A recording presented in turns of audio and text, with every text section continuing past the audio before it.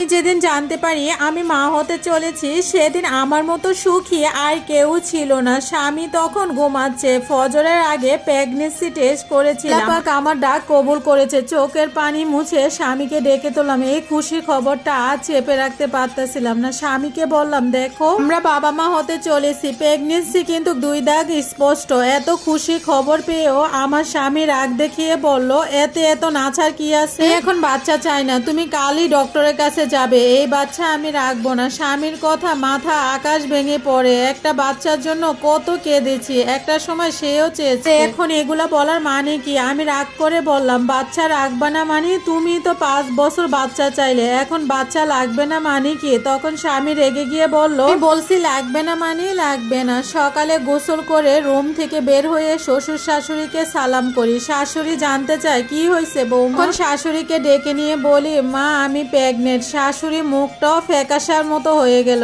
তারপরের দিন কোনো কথা না বলে চলে গেলেন। আমি বুঝতে পারতেছিলাম না আসলে ঘটনাটা কি। বাপের বাড়িতে কল দিয়ে আম্মুকে বলার পর আম্মু কি যে খুশি হয়, একমাত্র আমার আম্মু হয়তো খুশিটা বুঝলো। স্বামী ঘুম থেকে উঠে কোনো কথা না বলে নাস্তা করে অফিসে চলে গেল। বেশ অবাক হলাম। দুপুরে আবার বাসায় ফিরে আমাকে বলল, রেডি হও, এক জায়গায় যাব। ভাবলাম হয়তো আমাকে সারপ্রাইজ দিবে। মনে মনে খুশি হলাম। তাড়াতাড়ি রেডি হয়ে গেলাম। তারপর আমাকে সে নিয়ে গেল একজন ডক্টরের কাছে। ভাবলাম হয়তো চেক আপ করাবে। ওখানে যাওয়ার পর কিছু টেস্ট দেয়, আমার ব্লাড নেয়, ইউরিন নেয়। 2 ঘন্টা অপেক্ষা কর, রিপোর্ট আসে। তারপর আমি 2.5 মাসের প্রেগনেন্ট। আলহামদুলিল্লাহ বাচ্চা সুস্থ আছে। আমি তো অনেক বেশি খুশি, আমার মধ্যে একজন বড় হচ্ছে। আমি তখন আমাকে ডক্টরের চেম্বারের থেকে বের হয়ে বাইরে বসতে বলে। আমি চলে আসি। সে ডক্টরের সাথে কি একটা পরামর্শ করতেছিল। বাইরে আসার পর বলল, আরেক জায়গায় যেতে হবে, চলো।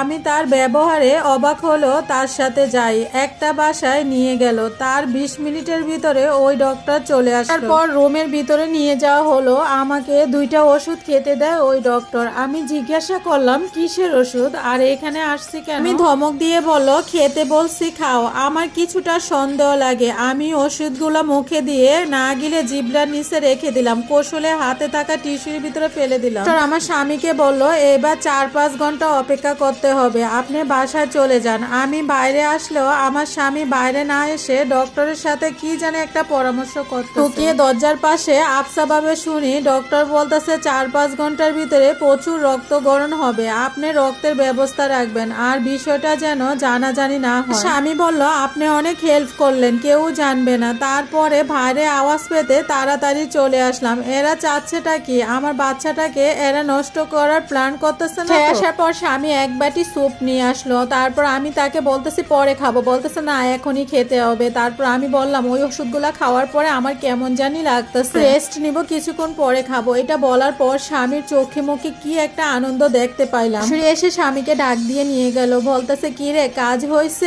আমি আড়াল থেকে সব শুনলাম। তুমি দুটো ওরে স্যুপটা খাইয়ে দাও, ঘুমিয়ে পড়ে। অনেক কথা শুনলাম, মনে হচ্ছে আকাশ ভেঙে আমার উপরে পড়েছে। আমার সন্তানকে নষ্ট করার জন্য এত বড় একটা প্ল্যান করতেছে। আমি তাড়াতাড়ি আমার রুমে গিয়ে দরজা লাগিয়ে দেয়। কান্নায় বুকটা ফেটে যাচ্ছে। আম্মুকে কল দিয়ে সবটা বললেন, আমরা এখনই আসতেছি তোকে নিতে, তুই দরজা খুলবি না। এই স্টোরিটা যে আপু লিখে পাঠাইছে তার নামটা গোপন রাখতে বলেছে। স্টোরিটা প্রথম পার্ট, এটা সম্পূর্ণ আপলোড করতে গেলে অনেক বড় হয়ে যাবে।